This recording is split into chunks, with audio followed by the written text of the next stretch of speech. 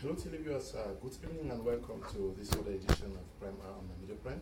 Every Tuesday we are talking about how to fix our relationships, especially marriages that are collapsing every day, every minute, every second.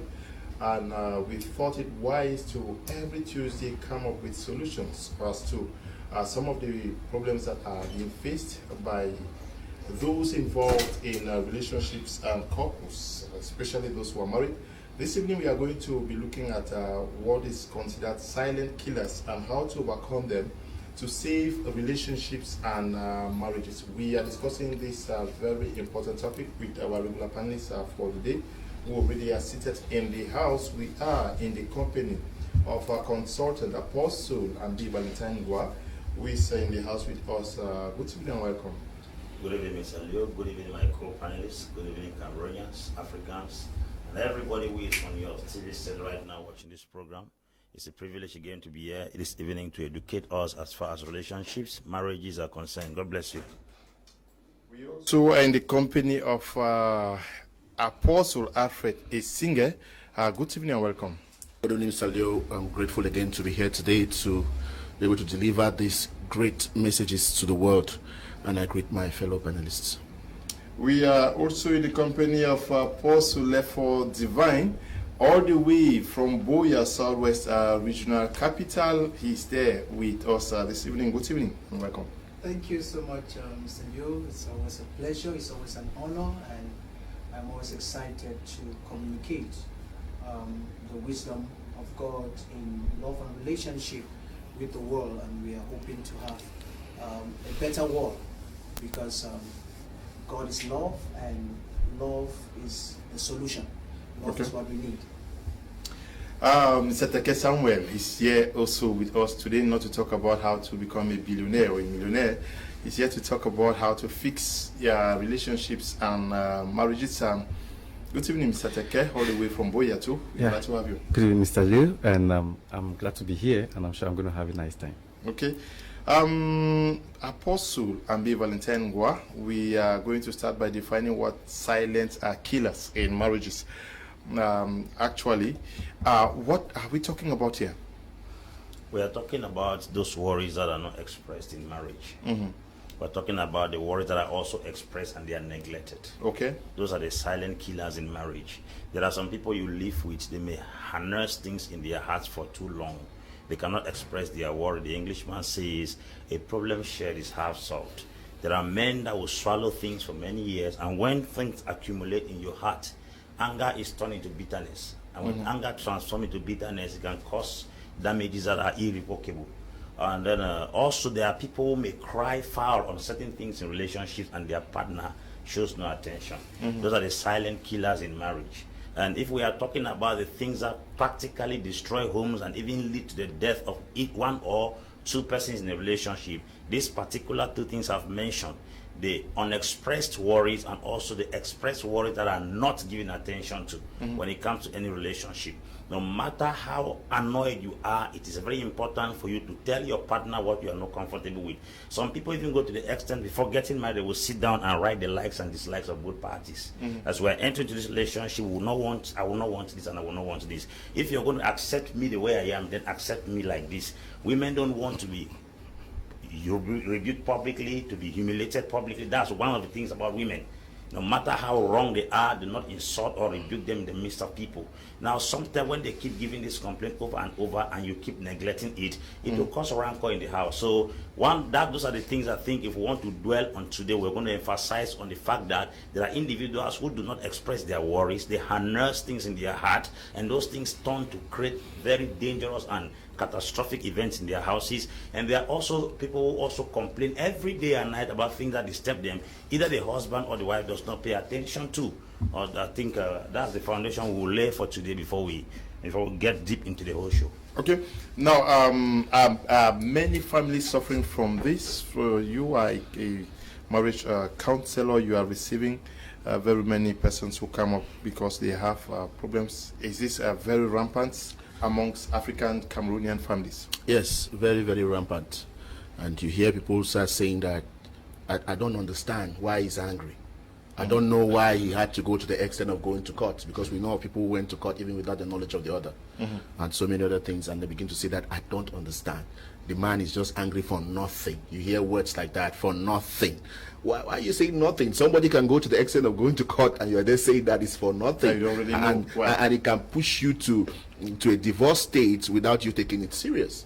Okay, take for example, you are living in the house with house helps, and maybe you want to pass around and you see a house help sitting carelessly. Instead of you to take it serious and try to see how to handle that, you ignore it and you just pass and go away, and only for you to discover that that thing that you saw and you took it lightly has become a mountain that is going to kill you tomorrow.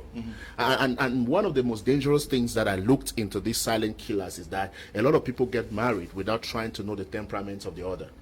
You know, this person is just silent all the time. You don't know, you cannot understand why the person is silent. You just thought, okay, maybe I have an upper hand, like those who are cholerics. Those who are cholerics, they always want to have upper hand. And the melancholic or the phlegmatic is dying gradually. It's dying gradually, and you think because they smile at you, you think that everything is fine, then everything is fine. So a lot of people, a lot of homes are suffering. What really brings, they used to say that the last nail that breaks the camel's back is not the big things. They are not the big things that destroy marriages. You just see one small thing. You just, what is this? You know, people come and you're trying to ask them, have you come to for counseling, and you're trying to ask somebody, what is this? They say, ask him. They say, what is it? Say, ask her. What is it? Ask him. Because I don't know why they don't want to express themselves to tell you that this is the area where the challenge is. But when we're going ahead, we're going to talk some of those things, and we're going to go there and pick them out, and then just show the world to see that don't take these things lightly.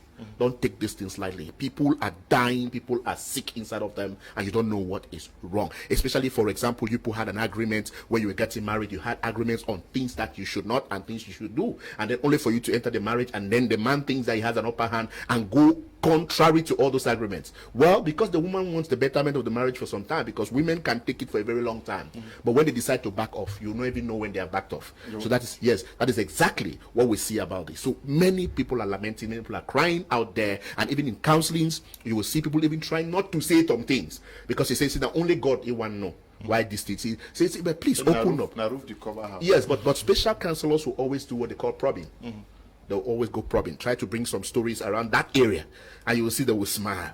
Instead of them telling you that this is really the thing, they will just smile, and then you will just know that, okay, maybe if I hit hard again on this thing, it's going to bring a solution. Okay, that's it. Now, Apostle lefor, Divine Apostle Ambe, and Apostle Alfred Essingie, they raised this issue of there are many persons who get into marriage without agreeing on certain things. Are we supposed to agree, or we are supposed to learn during the dating period? Is it not also because many persons fail to take time off to study the people they are deciding to settle down with? Thank you very much, Mr. Leo. I think I have sung that song here over and over, and we must start placing responsibility on each person before we start blaming a partner. And I would like to add a little bit first about this definition of silent killer. I think a silent killer is also not only things that are not expressed, but things that are difficult to express. It can also be difficult to express. Sometimes it's difficult to express, not that you don't want to express. Also, silent killers are also things that I believe are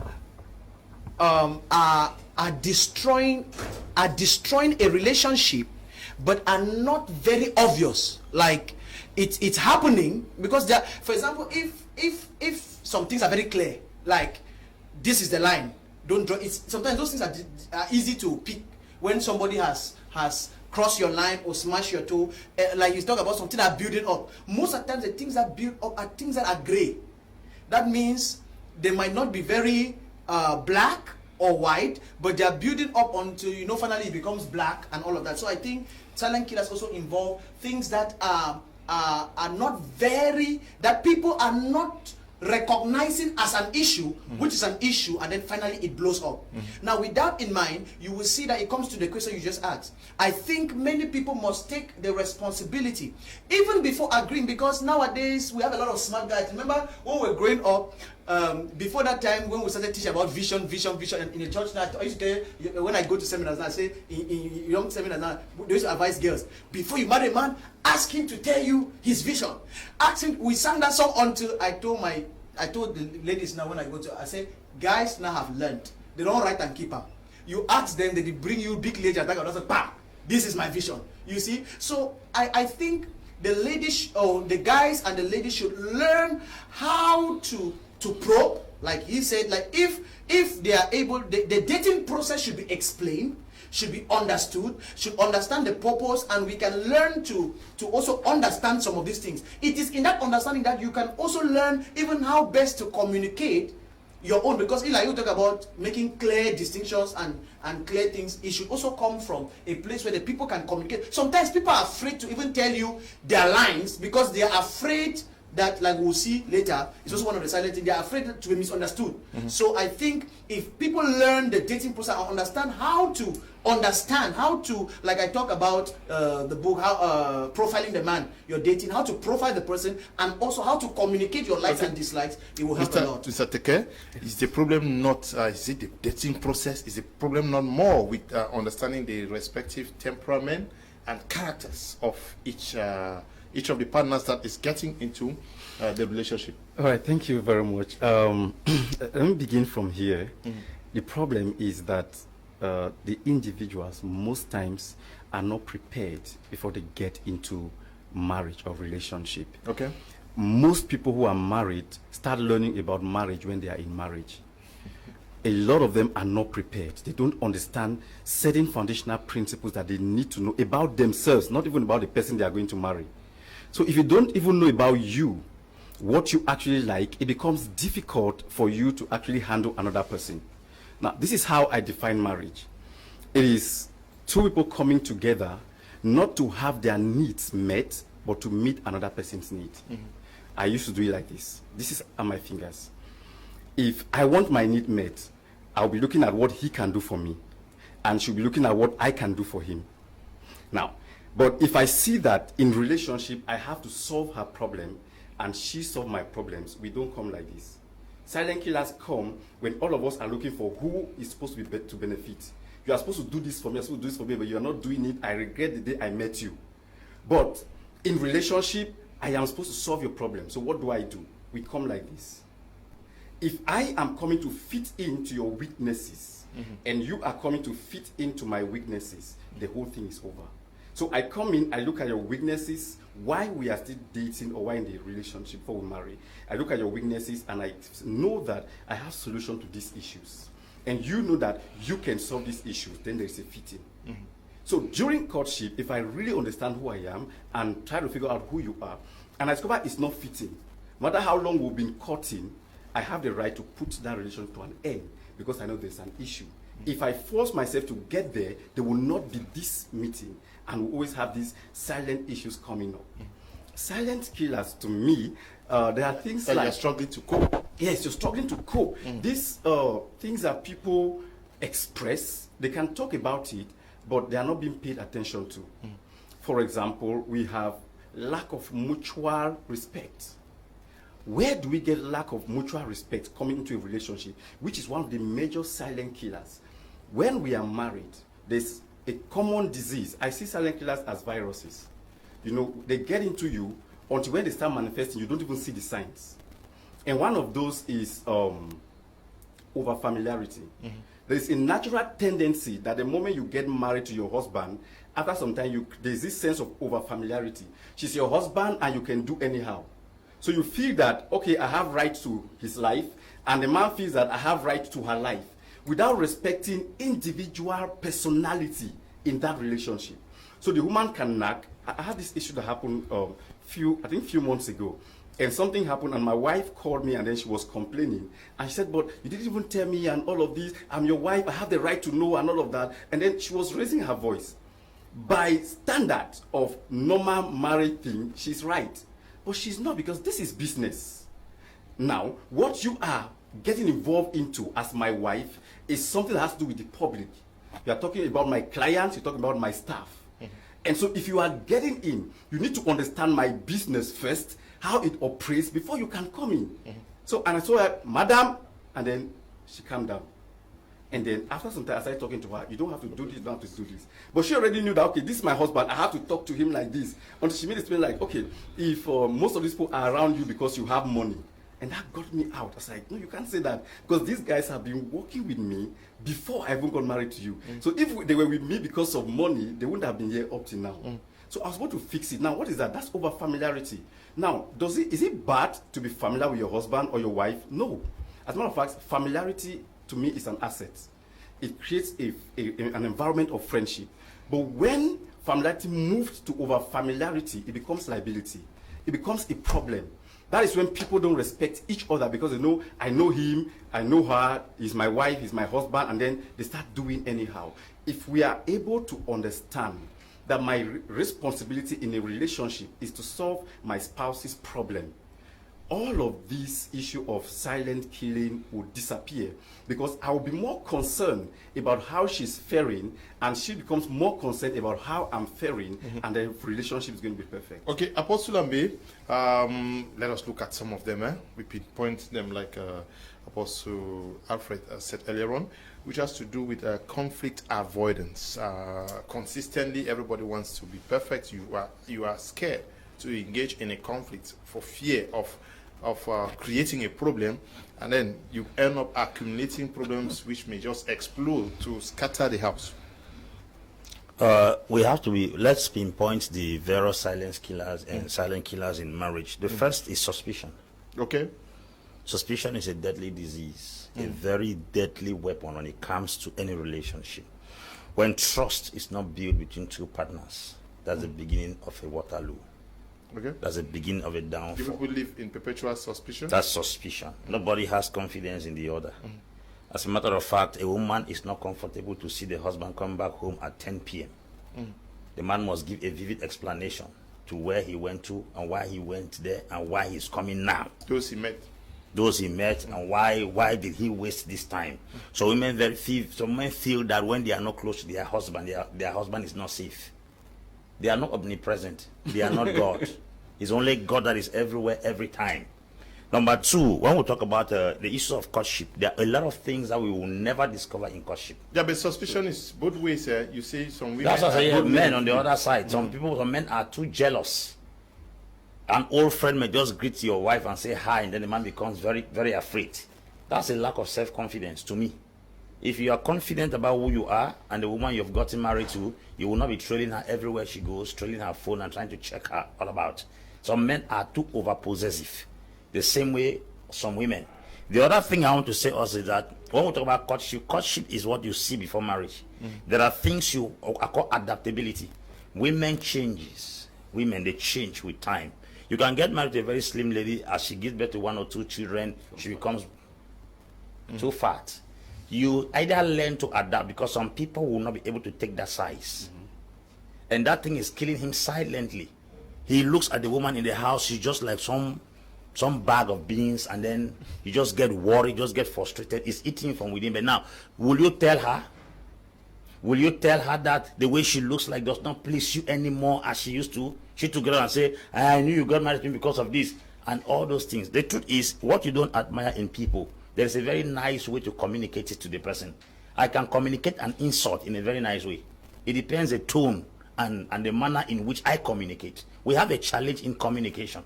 People do not know how to communicate. Somebody can insult you in a very nice way, and you will think it's a blessing. Now, this adaptability, what I'm talking, is very, very serious. A lot of people, a man can get married to you, very okay, you looked at his handsomeness, and then suddenly along the line, probably he has an accident and then lose a part of his body. How do you explain that? To adapt to this new state is what is killing a lot of people. Some women can equally cook, and I'm telling you, you won't be able to even eat it. Yes, psychological trauma can cause a woman to cook food and you're unable to eat it, not because she doesn't know how to cook. There's some things she has gone through in the home cannot give her the proper ability to cook again as she used to cook. So all these psychological traumas and adaptability are things that we are supposed to take time to adjust them. A woman will not remain the same you got married to her. She will never remain the same. If you got in courtship with her, she was like this. When you get married to her, there are certain physical, psychological, and emotional changes that will take place. The challenge now is people are not able to follow the trend and adapt to the new kind of person that they have gotten married to. For instance, you got married to somebody who was very calm and calm, very, very calm. And then along the line, the person develops anger. Because anger is not something that is fixed for some people. Anger is something that can occur at any time. Somebody can get married to you as a very calm person. Along the line, you develop anger. How do you adapt to this new status?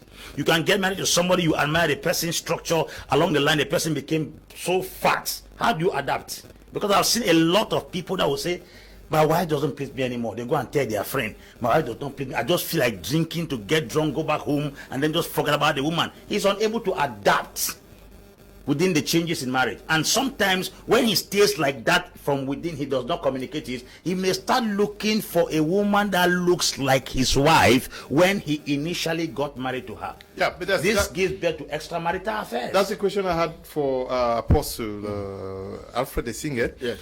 which has to do with characters that are changing. That is, you marry somebody because she looks so beautiful. Once she enters the house, she neglects the self. And same for the husband, who may also neglect himself because, after all, I no longer have to do any extra effort to get this lady that I've been admiring for so long. And the woman will say, okay, I already have the man, and then neglects themselves. And the guy keeps losing interest and now start envying other persons out of the house would look like you when they were toasting you. Yes, the only thing that is constant is change. Mm-hmm. Change is obvious. Change must come, especially in marriage. When I got married, I was very thin like that. I was not fat in any way. You understand? So I have understood that many people just want people to remain the same. No be so you be there. That's a very wrong expression. No, people change when responsibilities are involved. For example, my wife, when she began evolving in her sector where she works, she began changing because she began working with people that she has authority over. She can shout at them, she can talk at them, she can control them. And then before you know it, she comes home and she thinks that I'm one of those kind of people that she can just shout at. I just say, Mama, realize yourself. Just know that you are home now. This place, I'm the boss in this place. That kind of a thing. So because I'm frank enough to say that, but somebody will not understand that. You just begin to tell her that this, because I know it very well. When those things changes, I understand. And when I start talking like that, you will see how she'll just smile, because she'll just understand that I know that things must change because of responsibilities. You now control people. You now lead people. That's why, like, even pastors and leaders, they must be able to distinguish between those they lead and those that are in their homes. If not, you would take what your character you're supposed to portray in church and bring at home, and then it begins to create a lot of problems. For example, a child knows that the father is their father, whether you like it or not. They'll just come anywhere you are and just come to greet you. And if you're not careful, you don't know how to manage that particular situation, you begin to shout and then spoil everything. Now, when a woman is pregnant, hormonal changes begin to take place. She begins to misbehave. She begins to go anyhow. During those times, they send their husbands out there. Their husbands begin to go out to look for something else, not knowing that that particular hormonal changes, it just happened for that period, in case of for the sake of pregnancy. Now she is pregnant, and those signs begin to change, and she begins to shout. She begins to tell you that she needs to eat pawpaw at 2 o'clock in the night. Then she wants you to must look for that pawpaw in the night. And then if you cannot afford it, or if you cannot get it that night, there's going to be a problem. Now, a man is supposed to understand that this particular hormonal changes is just a periodical something. And after that, she's going to come back to herself. But many people lose their marriages at that time. Now, why do a woman give birth to a child and transfers the love of the husband to the child? It's because when the husband was supposed to understand her in that process, the husband was not there as her love. The husband was rather there as a tyrant, avoiding her, staying away from the house, going to nightclubs and other places, go to look for other women. And then now the child has come to replace that love and that concern, and then you begin to be angry with that woman. That is exactly what we see every day in our society, where people don't want to understand changes. These changes will come. For example, a woman that has given birth to many children, she obviously has to be talking too much. Even the one that was not talking before. Yeah. We begin to talk too much because of what? There's a tendency that you have given children and they'll be causing a lot of challenges. You have to be shouting at this, shouting at this. So obviously you start talking. Now the husband will not understand. He will say that, why my woman don't overstart talk so? My woman don't overstart talk plenty. Not knowing that these things have changed. Things have changed because it affects the spinal cord of the woman. And then she begins to react negatively without people knowing. Now when a woman starts getting to the period of menopause, so many things also changes. Menopause is that period where a woman just feels heat in the body and does not know what is happening. Obviously, she starts misbehaving or treating people around them funny. Now, we also have to understand them. We also have to know them. Now, when someone is going through pain, like a husband, many husbands go through pain. Now, the woman has to decipher what is wrong with the husband. You don't expect the husband to tell you because men don't really like to tell you their problems. You as a woman, you have to draw closer. That is when your husband needs you more than ever before. When you see your husband misbehaving or you see your husband changing in character, all you need to do is to go closer and just relate. You may not be asking that what is wrong, what is wrong, what is wrong. If you ask what is wrong, they will not tell you. Just be around. Just try to see how you can serve them. Just try how you can see how you can give them some pets, how you can give them some treatments. And at that time, you will see him smiling. You will see him trying to open up. She will see trying to tell you and those kind of things. Now look at this. Look at this kind of situation. A man goes out there and she's seduced by a particular woman, or she goes and maybe have an affair with a particular woman, and then it does not end like that. The woman starts blackmailing. The woman starts saying that if you don't come, I'm going to come to your house and meet your wife. It's a big trouble. When the man comes home, he will start beginning to behave like a thief. Now when the phone rings, he's panicking and so many things are wrong. Now if you realize your husband behaving like that, there is a secret. There is something wrong somewhere. Don't go about asking the husband, what is the problem? What is the problem? Why are you behaving like this? Why are you acting like this? The only thing is, try to go closer, show love. In that process of showing love, the husband, whether he likes it or not, he will open up to you. He will open up, and when he tells you what is wrong, please. I used to tell women, when they tell you at once, the first time, they are just watching to see how you react. And if you react negatively, they will never tell you again. They say, because I told you and I saw how you reacted. I confessed to you that I had this trouble, I had this, and I saw how you reacted. Our marriage nearly crumbled. And then you want me to come and confess to you again or tell you what was wrong. So the men usually keep a lot of things. Okay, keep a lot of things, but is it not also very dangerous to always seek to avoid conflict? Is that not a potential source to spoil our relationships? Yes, very, very. I think this avoiding conflicts is a core challenge or silent killer in many relationships. And I remember last time we were talking about, I talked about even a teaching or a training on how to resolve conflicts. One of the ways when I teach concerning resolving conflicts, I always emphasize that don't avoid conflicts. In fact, the first point I always try to encourage is don't avoid conflict. In fact, conflict is good, is proof. It shows that people are honest. Conflict is something, because conflict is just a clash of mindset, maybe a misunderstanding. You understand? How to resolve misunderstanding amicably. We are not avoiding misunderstanding. Misunderstandings must always be, because you are not marrying somebody you grew up together in the same house. You don't have the same background, sometimes different religious background and all of those things. You understand? But you must be able to solve. We are looking at many people avoid. Why do some people avoid? They don't want to be misunderstood. Some people don't want to lose privileges. Some people are scared that, okay, like the pastor said, the last time house almost the house almost burnt. You know what is happening now? If we do this kind of thing, sometimes some people sit down and reflect. Some people is fear of losing the partner. Some people don't want to be misjudged. You understand? Then some people, everybody hates discomfort and tension.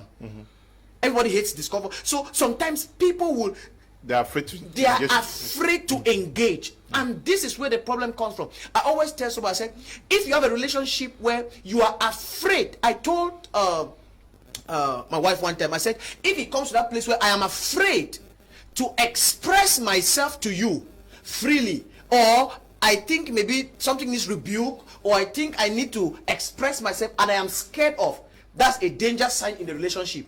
And that goes for every profitable relationship. So I think many people think avoiding is the solution. I want to say that avoiding conflict is a risk. It's a dangerous thing. It's a dangerous thing because a lot of people they don't want tension in their house. In fact, the truth is that engaging somebody is very uncomfortable. People don't like that thing. Like how somebody said, the worst thing to tell a man is that we need to talk. We need to talk. You know, they tell you in the afternoon, you're at work, they call you and they say, we need to talk. Yes. People hate we need to talk. But it's very important. People hate to express. They don't want to feel like they are having a friction. But conflict is necessary because conflict shows that there is diverse opinions, there is diversity, and it is only in resolving amicably that you get to know the other partner very well. I think conflict is a very good way to reveal who the other person is deeper. Okay. Conflicts. Yes, but being afraid of conflicts in a marriage, is it not also pretentious or hypocritical, having the impression that, okay, marriage is supposed to be something angelic, not knowing that we are just two human beings, natural human beings that are supposed to live in good and bad times?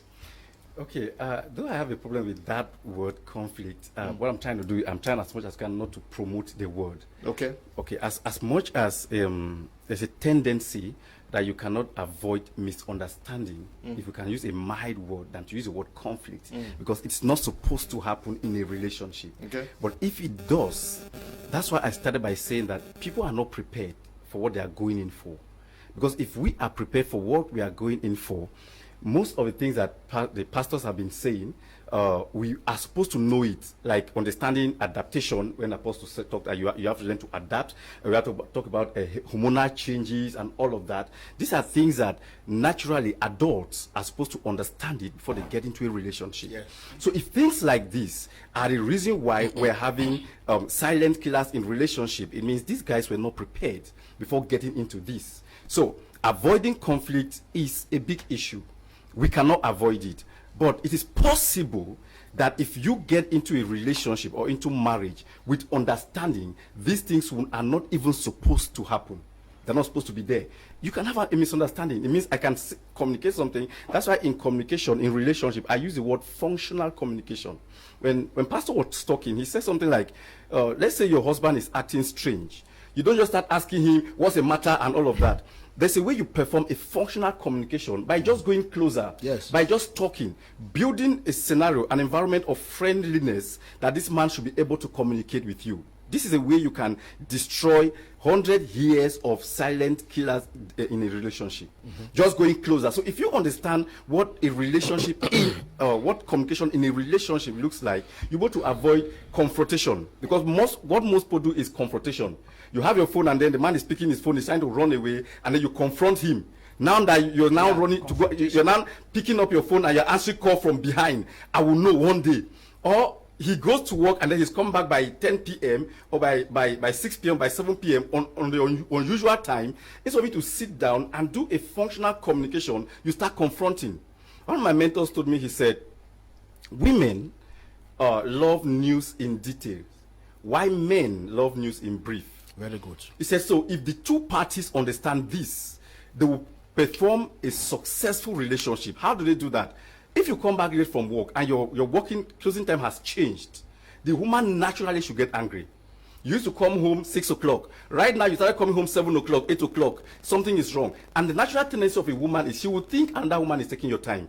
So what happens? If you come home and then she sits down to ask, the normal man will say, the work is too much, I'm so tired. And then he wants to go and sleep. But so what are you supposed to do? If you know that your job is to explain this thing to the woman, sit her down, cross your hand on her, say, honey, if you know what is happening today. He said, you know, as soon as I left work, there was traffic. I am trying to use this road. I took all the shortcut. The traffic was too, I'm so exhausted. Can I just eat my food? He said, when you take your time to explain all of this, even if you are lying, the woman will believe you. Why? Because you've taken time to say the news in detail. Women want to hear the complete story. They are not convinced by brief. Sit them down. There's a book, and now I pray all our viewers will get it. It's a book called Why Men Lie and Why Women Cry. If you read that book, you understand every part that you're supposed to play as a man, and the woman will understand every part they have to play as a woman, and you will have a successful, you will avoid it. Why men lie and why women cry. Why men tell lies and why women cry. The title is crazy, but it's a powerful book. There are a lot of information in that book. It tells you how you should communicate with a woman. Like Pastor will talk about hormonal changes and all of that. You, as a man, you're supposed to understand that. If you see her acting this way, and what somebody told me, he said, every woman in life needs at least 13 meaningful touches in a day. And the moment they don't get it, naturally they start misbehaving. He said, how many times do you come in and you just see your wife moving around, and you wonder, why is he moving around? Why is she moving around? She wants you to touch her. Sometimes just hold her hands, just walk her to the room, and you will solve 100 years of problem. These are secrets that if people are prepared for it, for CEOs, you avoid issues. For CEOs who only after my room. Okay, another very important silent killer is what is called white lies about many things. Many persons are hiding about their financial situations, their spendings, and a host of others, only for either of the partners to discover that this partner has been constructing a house, has a very fat account, meanwhile they're footing the bills all this while. Yes, one of the things we have to discuss when it comes to marriage is transparency. Transparency to what extent? Because there's transparency to a certain extent. Okay. It's not everything you disclose to a woman, like we said here the last time. But when it comes to your finances, women will only make demands on what they see. If you give her 10,000, she will make a management for that 10,000. The day you show her 20,000, the management changes. If you show her 50,000, that day the program of the house will change. So you only show her what you want to spend. That's the secret. If you are a man who earns 600,000 francs, your wife knows you earn 600,000 francs. That's the reality. What you should see in the house, it should be 300,000. Tell her what happened to the other 300,000. I have saved this. I have done this. I've advanced this. So she'll be making a plan with what is available. If you bring other 600,000, she will have plan for 600,000. If you bring 1 million, immediately the money increases, the plan increases. So women will always spend on what is available. That's the reason. On the other hand, a woman is supposed to normally be accountable to the husband. That's the truth. Okay. I might not need the money, but be sincere with me. If you are earning 200,000 francs, let me know you are earning 200,000 francs. If you intend to spend money for your family and other things, I just have to know the figures you spend so far. I'm not concerned about your money. But let a woman know very well how much you earn, but let her not see all the money you earn. Because if she sees everything you earn, she will definitely make program with respect to the money you have in your hand. One of the other things we also talk about silent killers is the inquisitiveness of people. Some people are too inquisitive. You are sitting close to your wife, you answer a call, who is that? You respond to a message, who is that? Somebody call you from, who is that? You will meet in the evening, who is that? That's too much. A man left the mother to get married to a woman that he can control. He didn't get married to another mother. Men have been delivered from their mother's house, from motherhood, not to marry another mother that will come and give instructions. That's one bad thing that most women don't understand. You are a mother to your children. You're not a mother to your husband. Motherhood should be defined in marriage. That's why I say in a woman that God created, other things came out. In that woman was a wife. In that woman is a mother. In that woman is a priest. Now, if the woman does not know how to define these particular offices in her home, she will have problem. You hear somebody say, we call the wife that my mother. And then she takes that responsibility of a mother. You want to excrete, she tells you, don't excrete now. Don't go out now. Who just called you now? Who this? That inquisitiveness kills a relationship. The next thing is also when you point out every single fault you see. Those are the things that kill relationships. A man may drink water and leave a cup here. You don't come and say, how can you drink water? Just pick the cup and correct the error. That error should correct silently. It's not every single error a man does you begin to point it. The same goes with a woman. A woman can sit here, maybe like eat something like granite and then suddenly leave a pill in there. Once you come, you don't come as the boss of the house and say, who threw this thing here, this nonsense, eh? No. There are some things you just correct silently if you want to live long, because I know of people that every single error the partner commits, they bring it to their attention. When you start showing only a man's disadvantages, you make him feel uncomfortable in that atmosphere. We never praise what men do, but we are strong at pointing at the errors they commit. And these are the things that kill relationships. The people will never appreciate the good things you do, but the day you do one thing that is wrong, it wipes off every good thing you have ever done. Have you ever sat one day and thanked your wife for giving you children? But when she does what is wrong, that day will be something else. I think that emphasis laid on disadvantages than our advantages kills a lot of relationships. So I think we should start just singing the Hosanna of singing the disadvantage of people. We should equally start singing their good parts. And this is where marriages are killed, because there are people that can complain from January to December all the errors you make, but they will never once tell you that, oh honey, the shirt you bought for me, the shoe you bought for me is something else. And this issue or this ideology of men should take care of women, I think that is a problem. The Bible says we should honor each other. Honor in that text of scripture has nothing to do with obedience.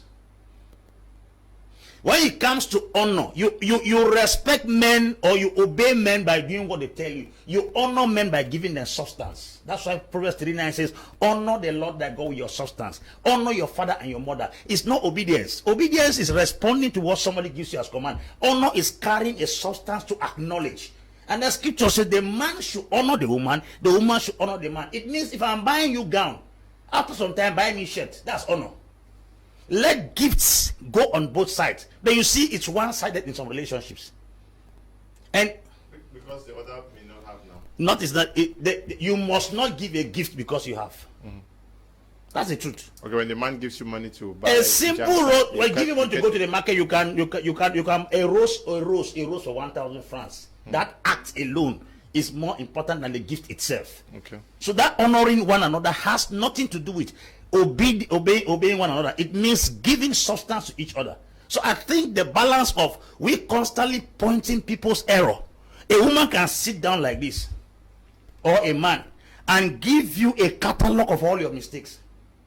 But they will never sit down like this and give you a catalog of all the best things they did for the year. And this is the time marriages have to get to a point whereby we should minimize the errors of men and magnify and amplify their goodness on both sides, male and female. And these are the things that a woman will sit and say, he has never appreciated me, he has never celebrated me, he has never acknowledged anything I do. Why? Even if the woman is not contributing financially in the house, the fact that your children are clean always, that singular gesture should be acknowledged. Okay. Please, sir, your wife is also your mother. She has the right to correct you wherever you are wrong. That is the philosophy we have built in Africa that is tearing homes. A man just left the mother. He doesn't want another mother. He doesn't want another mother. Okay. Mr. Liu, I like. Good evening, Mr. Liu. I like your program. My mom used to tell me that marriage is a continuous school that I will learn till I die. Success is writing from Kribi. Mr. Liu, I like conflict because my hobby is that type who doesn't talk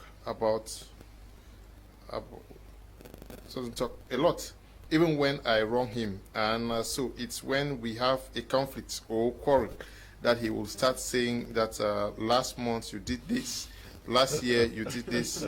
I like explanation in details. I used to tell my hobby that I no like that he half talk them. Okay. Success. Good evening to you. Good evening, Mr. Liu. And the great minds. Unresolved trauma are one of the issues of silent killers in marriage. Everyone enters into a relationship with baggage, but failing to deal with baggage or past trauma can hurt your relationship without you realizing it. When a person suffers from trauma that remains unresolved, they are often incapable of living their lives without responding to some form of triggers related to that trauma. For instance, if you have been cheated on in the past, your partner going away for a work trip might cause you to become worried, anxious, and insecure. So instead of letting your partner to do their own thing, you'll feel the need to check up on them and stay in constant contact. Dealing with past trauma isn't always easy to do by yourself. Aiden Vioff from Halifax in Canada, good evening to you. Good evening, I'm Esther from Limbe. I so much love your program and it teaches me a lot about marriage every day. The topic of today is great, but there is another silent killer I want to beg our men of God to look into. That married and living in family compound with husbands and his relatives is killing many women silently, and they can't even complain because of fear of being called a nagging or bad wife. I am sure they have taken note of that. They are going to respond to that. Mr. Liu, my evenings are always good when I'm watching you guys. Courage to you. It's Elvis Brown writing from Shell, Newbell. Good evening to you, Elvis Brown. Hello, I'm Abel from Douala. The program is very important and interesting. I'm learning a lot from it. Thank you all in the studio. Thank you too for watching. Barrister William Gouvet writing from Boya says, greetings to all the panelists. Wonderful topic for reflection. My humble proposal is that subsequently a lady should be a part of that panel to get the other side. Their experiences too are necessary to get a way forward. Ladies are always invited. One was supposed to be part of this program today. She said she was not feeling too well. But Council, if you can help us with a female panelist, I'll be very glad. Mr. Fonge Levis Akafek. Happy to get in touch with the program for the first time, following from Sang Malima. Glad to know. Now, one of the reasons that we are finding some of the problems unexposed or explained has to do with invalidating emotions. Some people are very, very uncomfortable with certain things, and very little attention is given to how they feel. You're hardly home, and when they complain, you just say, okay, I'm going to take care of that. I have not eaten, and you just say, okay, other people have not also eaten, and you don't take the pains to look into this complaint. Yeah, normally this has to do more with guys who are perfectionists. Okay. They have the way things should be. They don't believe in dynamism. I don't have a way things should be in my home. I am flexible. Flexible that if you see it today like this, adapt and try to manage it. The reason I'm saying this is because if you want to be dogmatic, especially when it comes to people who are educated, you will have a lot of problems. Dogmatism is that particular aspect where you say this is how things must be, and this is how it was, so shall it be, world without end. Now, at the end of the day, you will have a lot of problems because education has come to improve a lot of things. Educated women don't just, they are not static in behavior. They evolve, they learn new things, they browse, and they get a lot of things. Now you get a perfectionist who thinks that things must be this way, and I still say it's going to be a lot of problems in marriages. For example, I just see my fellow Apostle Ambe was talking about the aspect of having 600,000 francs and then bringing 300,000. A woman will not take that. That's the truth. A woman will not take that. She will just assume that there's still some money you're keeping, and she will always be bringing demand for that money that did not come. Now, the secret I have in my home is that I let my wife to manage everything about money. Okay. I don't pass around there. If you have 1 million, you just hand it. I say I don't pass there. I don't have anything. Instead, also, are you telling us what happens here as or no, I'm just quoting because something. You are trying to cancel what I have said, and then you are trying to. No, I'm not canceling. I'm not canceling. Don't bring your house principle here. It should not be a general. No, I'm not canceling, Apostle. I'm not canceling. I'm just trying to tell you that there should be dynamism. Okay. Dynamism means that it should not be like this. It should switch when some things happen. I just told you that. I just gave an example. I said, for me, I just think that, well, she's the better manager when it comes to money. Because I can hold money to here today, I meet everybody on the road and I dash. I just give and I give. And there are some people that are like me. There are some people that manage, they don't believe in saying that things must be like this. They believe that things should change with situations, with conditions and everything. Now, some people, especially people from the grass field, they always believe that a woman should answer a yes, sir. But the truth is, the world is evolving. Knowledge is increasing. Technology is advancing the world. People are learning new things. Therefore, people should advance in knowledge. People should increase in ideologies. People should change the system in their homes. Because I am saying this, my wife will never come and begin to beg me for money, because she knows that every money, even the one I have, she'll keep it. And then finally, she does everything to meet up with some demands. Because what? Because I don't go make closer to money. The highest you ask, do you have 1,000 francs there? Do you have 500 francs? I say, but where is the money coming from? You are the one managing this thing. The last money you gave me yesterday, this is what I did, and this is what I did. So, but when you start keeping these things, look at it. It causes a lot of problems. Perfectionists will always see faults, just like he said. Perfectionists will see faults, and they will want to point these faults all the time. Sometimes we don't point faults. We avoid pointing some of those faults. Yes, we don't point faults all the time. We look at you, we ignore some of the things. One of the things that women don't like you to bug them is time. They want to take their time and do it. If they are dressing up, they want to take their time. And by the time you start bugging them and you start pressing them and you start telling them, you must do fast. I'm ready. I am going out. The way a man dresses is not the way a woman dresses.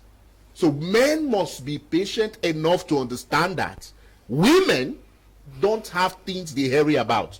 They believe that they have a lot of time to paint, to go to the police, to bust all the pimples, to use the powder. Oh, I don't like this particular color of this. I have to go back there. Sometimes they can even wear 3 or 4 kinds of dresses in one day. And then they change it because of what they think that is not good. They ask you, what about this? Is this dress good? And then you, the man, many a times you don't even want to appreciate the dress. You just ignore it. You just say, not that close we wear them. And this kind of thing. And women like you to tell them some of those small kinds of things. And when you don't tell them, they begin to feel that you don't like them. Because out there on the streets, people will always recommend, they will always appreciate them. They will always compliment, they will always tell them that what you are wearing is a very nice dress. But my husband has never told me that. So see where this whole problem is coming from. But I'm sure somebody raised the issue of familiarity. Yes, this familiarity issue, let me tell you something. When your wife is your friend, there's no issue like familiarity. No. When your wife is your friend, there's a way familiarity graduates to over familiarity. Yes, where you even forget the smaller things that women, it matters a lot to women. I am looking at this like appreciation. My brother, yes. I'll be sincere with you. Once a woman starts seeing your nakedness, you are colleagues. This is a simple thing. Let's just mellow down this issue of familiarity. Yes, familiarity. There is nothing like that when your wife is your friend. There is nothing like that. Somebody will call you Papa. The day you marry her, she calling you Teke. Pastor, I want us to get the term. No, but I said there is a word familiarity. There's another word over familiarity. Yes, and it becomes bad when familiarity moves to over familiarity. And it works for both men and women. No, but I'm sure what Mr. Teke is saying ties with the other day I said, would you give your phone to your wife? You said no, there should be a limit. And you started off today by saying that there are secrets, but there should be limits to. That's it. I'm sure that's what he's talking about here. Yes, are you saying that? No, when he says over familiarity, exactly. That one also is a destroyer in marriage. Okay. Over familiarity. That is, you go to the extent where you think you can just do anything. Now, I come with my friends at home. You just come in and want to start That's not misbehaving. Familiarity, it's Yes. disrespect. We are mixing words here. No, it is because of familiarity that you will be doing that now. Over familiarity is the root of this effect you are talking about. Yes. Disrespect comes as a result of over familiarity. Yes. Take for example, sir. Before you get married to this woman, dishonor. if she prepares food for you, when you eat, you tell her thank you. Now you are married to her and you've been there for 10 years. She now prepares food for you, eat the food, and you just stand up and go thinking it's your right. It's over familiarity, and these are smaller things that destroy a home, and people don't pay attention to it. That is it. So I think that when it comes to this issue of familiarity, you have some checks and some balances. Okay. Yes, checks and balances are very important when it comes to these things. This over familiarity, let's say for example, my wife can never come to the house and then see my friends in the house and then try to start interacting with them the way I want to interact with them. It's not accepted. Okay. Yes. Okay. Someone raised an issue that I would not want us to go without discussing it. Many women think that they are trapped, that you come and get married to them, and the next day you're taking them to the family compound. Yes. They have to cope with the relations and everything, and vice versa. There are men who get married to women and move into the family homes of the women. Yeah. I had that experience just now. That's why I want to just point it out. When one of my daughters, they came to marry her, and the guy was still living in their family house. Knowing that, I was just thinking that maybe he's planning to look for a house, only to realize that after he paid the dowry, he started claiming that he has to take the wife to the family house. And I say, it can work. I say, it can never work. He tried and tried. I said, the woman will not see you. When I blocked my daughter, the daughter was not seeing him. He went and looked for a house. As easy as that. Simple. What if it's a chop chair? Yeah, that's what I wanted to ask. I think He didn't chop now with share. no, I think we had mentioned this one time. If this person was following, and I think I personally mentioned, I was sitting here, I remember, I said something. I said it is crazy. It is crazy for somebody to be marrying a woman and taking to their father's house.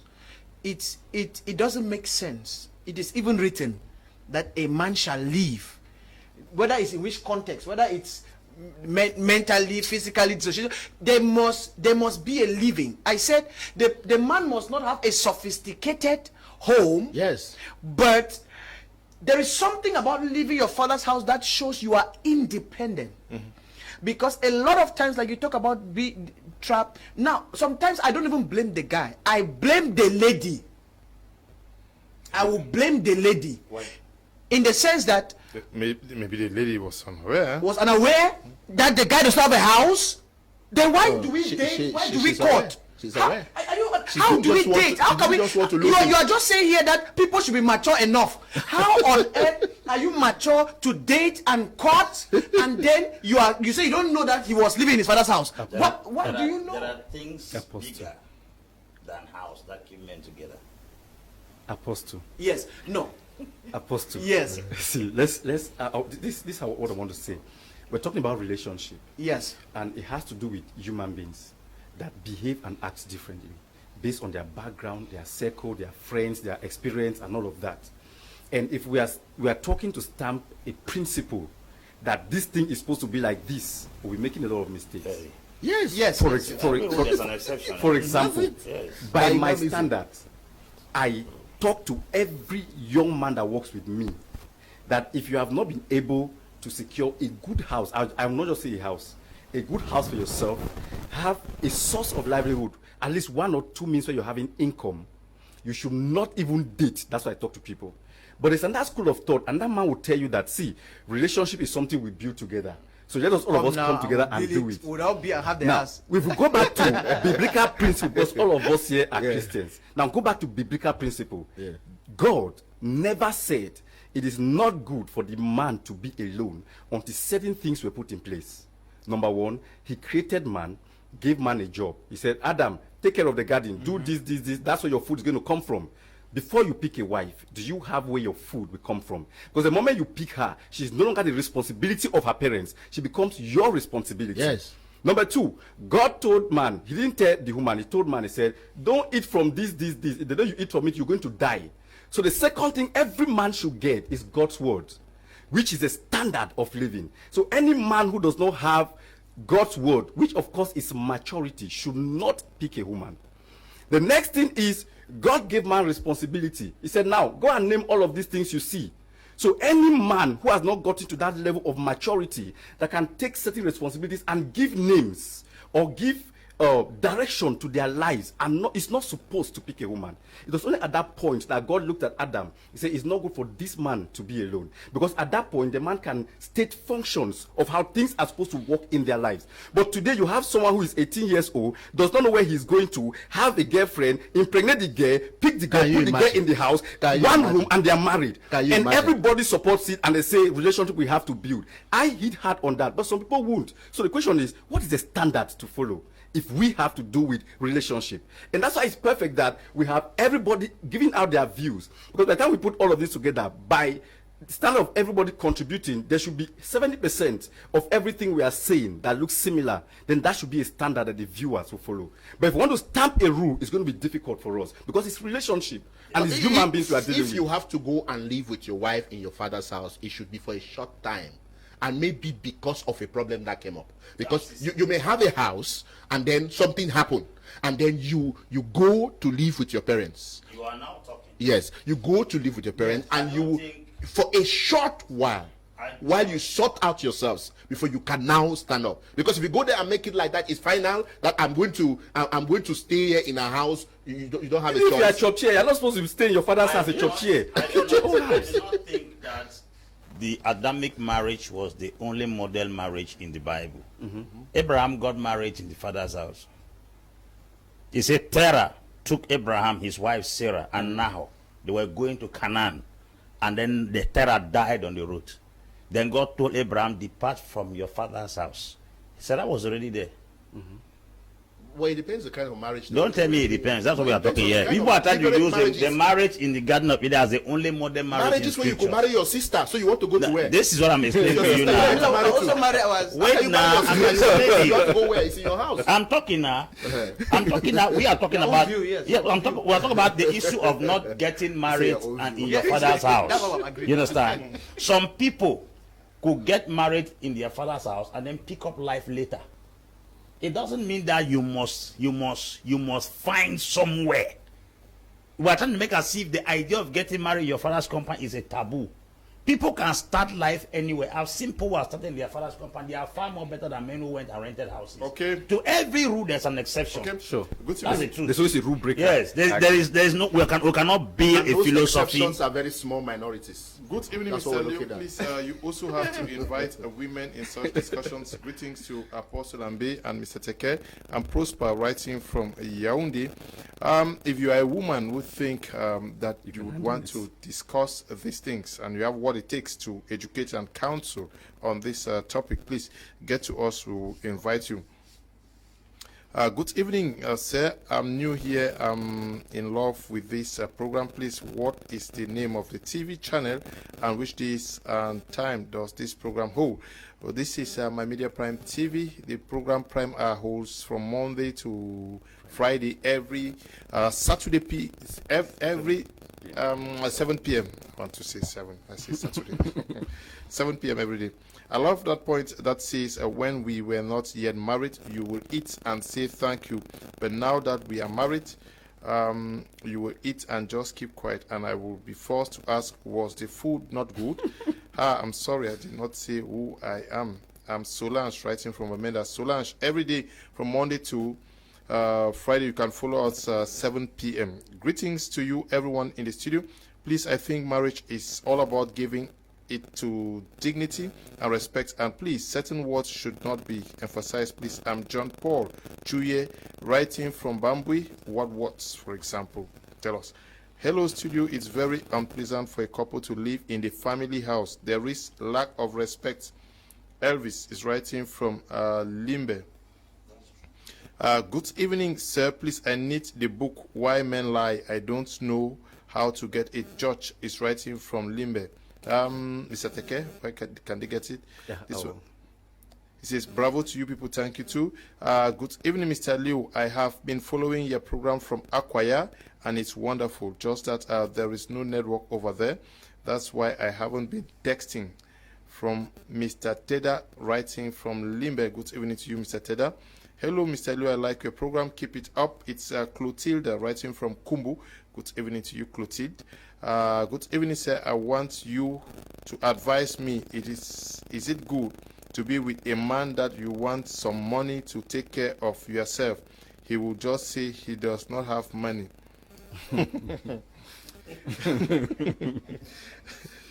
But when you ask money for something for the baby, he will just give. I'm Solange, writing from Douala. Okay, he's taking care of the baby. Marriage is the last certificate every man or woman must validate. So if you fall in, other achievements are meaningless. Emmanuel Alakuma, writing from Alakuma in Bamenda, difficult to read some messages. I am Ian Henry from Quarter 7 Mutengene. I love your program. only pastor did not really give a clear distinction between honor and obey. Okay. Good evening, Mr. Liu. I love your program. It's really teachable. Keep it up with the good work. I'm Mastro from Bamenda and Turu. Okay. Good evening to you. Hello. We enjoy your program. Where can we have the book Why Women Cry and Why Men Tell Lies? Moses Esther writing from womb. Let's get to me. I'll get it for them. Okay. Just get to Mr. Teke. He will supply the books to you. Good evening. The program is good. One and blessing. Someone women like to look on their husband phone program which cause problem. Okay. Evis writing from Bali Kumbat. Good evening to you. Good evening, Mr. Leo. Wonderful program. Keep it up. Another silent killer in marriage is when responsibilities of each partner is not clear. Sometimes one partner feels overwhelmed and fears to complain. Blessing writing from Kumba. Good evening, Mr. Liu, and thanks for this opportunity. My husband has never appreciated me, no matter what I do, but he is always fast to take advantage of every little mistake I do to his waist. Okay. This person is writing from Bamenda. This is Nga Bless Nkul Konge from Douala. Their program is excellent, has placed us on the right side. Okay. One silent killer has to do with silent socialization. A study that was carried out in UK discovered that 1/3 of divorce cases cited Facebook as the cause. Partners spend half of their time on Facebook discovering new partners, reconnecting with former lovers, and end up forgetting their partners at home. Yes, I think that's a very, very essential point. It must be addressed. I said I said social media is the weapon that has taken us away from those who are close to us and has brought us closer to those who are far away from us. It has taken us away from people who are closer to us, and it has brought us closer to those who are far away from us. People are sitting in their houses, their wife is on the other side of the chair, talking to him, he doesn't listen. Because responding to a mail that comes from US, is connecting with people in US, and the woman is looking for attention. Whether we like it or not, every woman has certain common characteristics. And this thing goes to every woman, if not all. There is this tendency of women needing attention. They need attention. Whether we like it or not, they need attention. When a woman is talking to you and finds out that you don't pay attention to it, it hurts. It pains them so much that they feel like they appear like fools in front of you. They are insignificant, or what they are trying to bring up is not important. Or she says something, she says, I have heard now. And then you say, what did I say? And then you give another answer, or you respond something different. She can just disappear. And once they feel that neglect, they feel that distance, they feel that lack of attention, they feel minimized, they feel inferior. It starts giving them complex in the house. Every woman needs attention. Even if they are talking nonsense, just pay attention to the nonsense they are saying. Because they believe that when you give them attention, it's a sign of love. It will be shocking for you to understand that you can buy a woman a car, buy her dresses, and then she's asking for your attention, you don't give, she tells you that you don't love her. Because women don't count love based on material substance. They count love based on your emotional attachment to them, your attention you give to them. A woman, like Apostle Essingie said, a woman can dress here and ask you, how do I look? You don't tell her anything. There was a lady that came once to me and said, Mother, you look very good. He said, for how long I've not heard this kind of thing?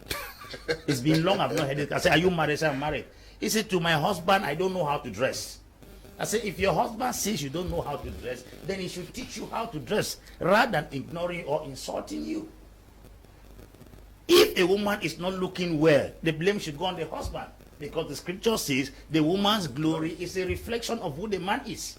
Abosami, what do you make of the women who are now the ones on the Facebook? The majority, they spend most of the time. They are spending most of the time. I'm coming on both sides now. Okay. We're not doing a balanced debate. Right. I said that social media is the weapon that has taken us away from those who are close to us and brought us closer to those who are far away from us. Now, there are women also who spend time on Facebook. They will never and ever appreciate anything the man does. As a matter of fact, you can do 20 things to a woman. The day you do one wrong thing, she wipes all those 20 things and emphasize on that one thing. How do you explain that? For instance, the woman finds a message, some kind of romantic message in your phone. And then she says that that message is telling you that you don't love her after you are still have almost 20 years.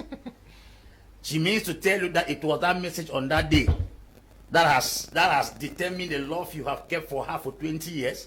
How can I marry for 20 years and then you see a message in a single day and you take that message to ascertain my love for you for 20 years? It shows how ungrateful some women also are. There are also persons, that's why we say what you don't give your wife or you don't give your partner, once somebody outside begins to give them, it will tilt their attention towards that person outside. There is this issue of non-recognition, non-appreciation in most marriages. I said that there are 4 A's in marriages. You accept, you appreciate, you admire, and then you adapt. Acceptance means I'm taking you for who you are. I've accepted everything you came along with marriage. Admiration means when you do something what is good or when you put on what is good, I have to admire it. Admire it by making you understand that it's important. I told somebody that nobody will convince my children by taking them to any good restaurant, taking them to any supermarket. Because I will take them there and show them those things. So if you are coming to convince my child by taking them to a restaurant or their father has introduced them to those things that you can use to hypnotize them. Okay. Apostle Alfred Essingie, one of the silent killers that I found out has to do with silent nights. That is, you spend a week, 2 weeks with your wife on the bed and nothing is happening, and having sex with her is like an occasion that is like a surprise. It also makes them asking themselves the question whether they are really married, and same for the man that you are spending dry nights with a woman who would hardly agree to having sex with you. And experts think that partners should, if it's possible, even make a schedule of how they should be having sex. That is, you are working the whole day and you just imagine that I'm going back to have something. It also spares you, I don't know.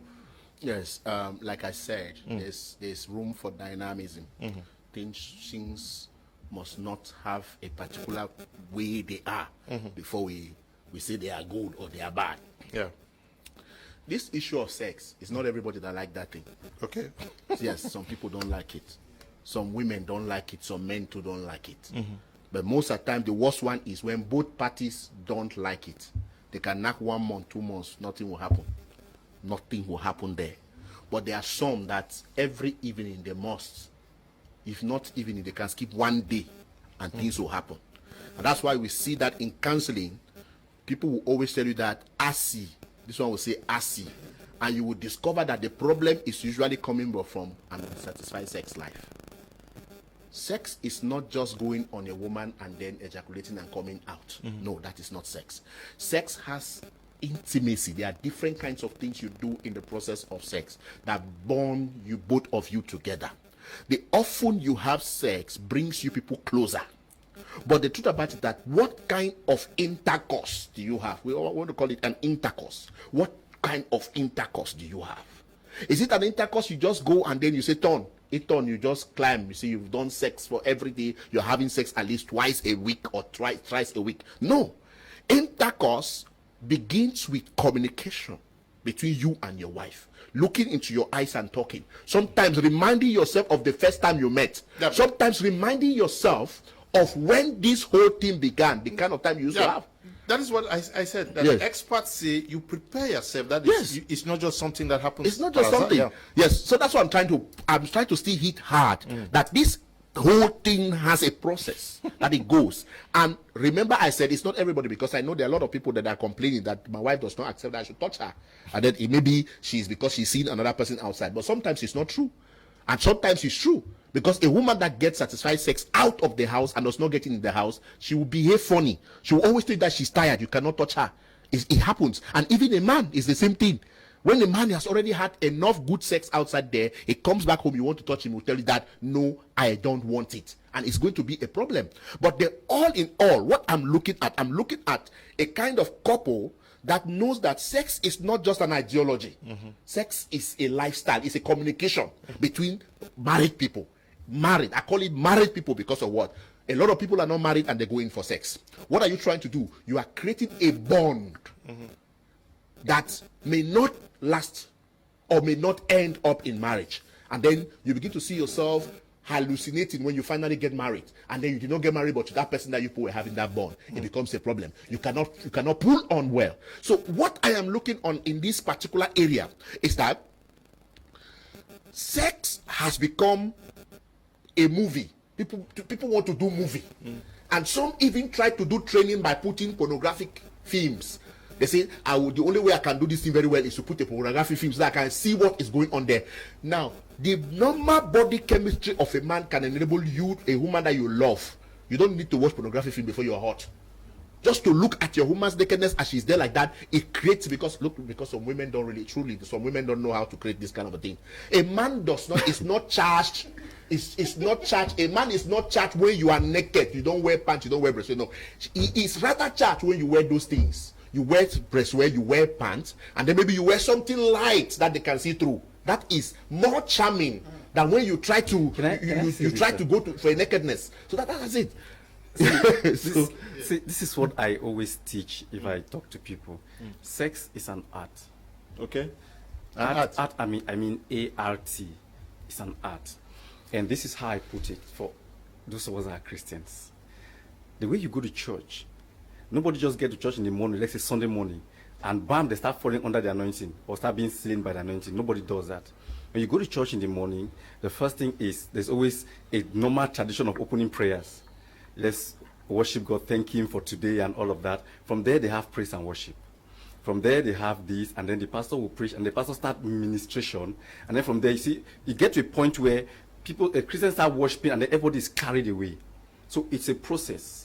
And that's a process where I are supposed to understand what are the processes that you need to follow for you to have a good love making. Is that question about the process, or is that question about the frequency? The question is the frequency. There must be a process to create. So why do people cheat? Why do people not feel satisfied? Why do they come and then they sleep and then they can't do anything? The issue is silent night. Yes, so if consistent, but I think that what he's saying makes sense, because even if you do it 100 times with a woman who is never satisfied, the day she gets satisfaction outside, that's it becomes silent. It becomes silent night. Yes. Look like what I was talking about, the silent night. Yes. Look at what I was talking about, the silent night. Now, you see somebody who is not sleeping at night and is disturbed, then you sleep. It's lack of intimacy. Yes. You sleep, it's not for you, it's not a problem. You get up in the morning. Now wait, you know you sleep for night. Yes. As I turn, so I wake up for night, I see you look place. That just leave me. I don't know see this, so sometimes you worry for something. No. People have what worries them and they are thinking about it. And some of these things, the way you show consent for somebody will keep these bonds, will keep this intimacy. Okay. Yes. The messages are so many.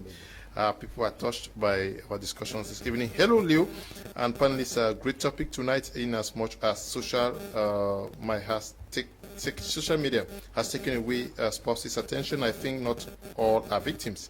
I have through social media reconciled a friend whom I have never seen up till today with his wife. Nancy is writing from Bumenda. Yes, it's also a tool for reconciliation. Yes. Good work, sir. It's Jaguar. Thanks for your study. You are the best, Mr. Leo. Thank you very much. Good evening, Mr. Leo. I love your program more. What if, in case you just left the after with your wife and you ask for sex, she refuses? Sam is writing from Yaoundé. Sam, your question is not too clear. Good evening, Mr. Leo. Thanks for the program. Please, I'm confused in marriage. Mr. Teke should advise me. I'm married for 23. My husband abandoned me with 5 kids. He got another woman. He was not taking care for children, school, education, food. I'm stressed. Desire. is writing from Kumba Desire. Good evening, Mr. Leo. Interesting program. I'm Joe, watching from New Road, Bomenda. Thank you. Good evening, Mr. Leo. I'm really learning from your program how I wish people would really take time and patience to know their partners and not be quick to judge. Isabel is writing from Kumbu. Good evening, Mr. Leo. It's Sidonie from Bamenda. In fact, I thank God for such a wonderful and practical topic you people handle in this channel. Thanks, Mr. Kum, and all the members of the panel is touching and healing certain issues in marriage. Another silent killer is marriage is forgiveness. Thanks. Good evening to you. And to you, Didi Banderas out there in Kumba.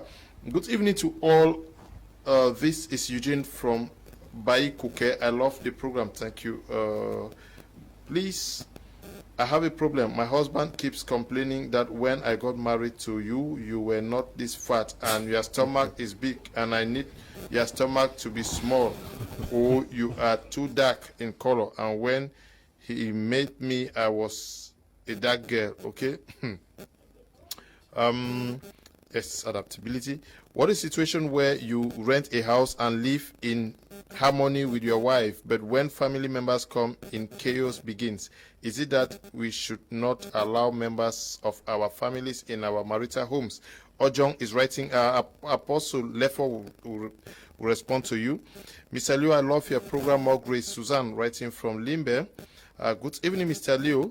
My regards to the men of God in the studio with you. I'm really enjoying your program. Roland writing from Fundong in Boyo. Good evening and thanks for the program. I just want to pose this question, that what if you are the only one beside your parents and that they want you to stay with them while taking care of them at their old age? Would not get married because you are living in your parents' house? Shuklovis writing from Bamenda. Apostle Lefor Divine is taking notes. He will respond to that. Good evening in the studio. I am Derek from Douala. I like Facebook lovers, okay? Good evening, sirs. Question, are you discussing this marriage issue based on African context or on Western culture? Because most African cultures don't easily grant independence to their grown-up kids. Good program. God bless you all. Apostle Lefor Divine, I hope you are taking notes on what these guys are raising. Good evening, Mr. Liu. My wife gives me pain since 1 year. Please help me. Thanks. By Actual Livinus. Good evening, Mr. Liu. I love your program. Greet Mr. Teke and Apostle Ambe for me. Ache is writing from Yaoundé. Good evening, Mr. Liu. Your program is wonderful. Keep it up. I'm Gerard Rinda, writing from Douala. This one says, I'm Masoma, writing from Boya. Wow, I'm happy because I'm watching with my beloved and some of the things you people are saying is catching him. He is always on his phone, even when I'm around him. What did you think I can solve this problem? God will help him. At least he has heard the word today. He has been delivered. Greetings to Prime R crew. The couples can live in the family house if there is no interference from family members. Ambele Alphonse writing from Yaoundé. Suzanne writing from Mamfi says, good evening, Mr. Leo. Please, is it a good idea to marry a man who is 13 years older than you? That's a topic for another day. Good evening, Mr. Leo. I'm quite enjoying the program too. But what if the man is not responsible? Is no blink writing from Bengui. Good evening, Mr. Leo, to you all also. Your program is very interesting. I love it. Keep it up. And Jinken Stanley Jude writing from Douala. Good evening, Mr. Leo and everybody in the studio. I'm Vicky from Yaoundé. It's as if this topic is for me. I have this silence killer in my home. Firstly, my husband and I don't reason the same. He always thinks I'm overshadowing him because I am well educated and he's not. So if I give any idea, he won't take it. And it disturbs me a lot because before getting married to him, I knew he wasn't. Secondly, he can never appreciate me because, just take note of this, you respond to this, Mr. Teke. If he does not, I will be too proud about it. Thirdly, he can be with you for a month without talking. I have tried everything for him to change, but it's same. I'm emotionally depressed, overthinking. I don't know what to do. help me, please. Mr. Teke will respond to you. Okay, yes. Apostle. Yes. Many questions were raised, especially with living together with family. So which one are we even tackling? Now, the first, somebody, the last one that was said here, that you can live in your father's house without the interfere. I think that's impossible. Okay. You cannot be in your parents' house and they don't interfere. Like one of the panelists said here, the truth there's a lot of disrespect issues that will come up in your father's house. That is the truth. You will see that even when Abraham begins to start walking into his purpose, one of the first things is that it was mentioned, leave your father's house. The statement was very clear there. Leave your father. It was like God was pointing out something. He did not just say leave that house, leave your father's house.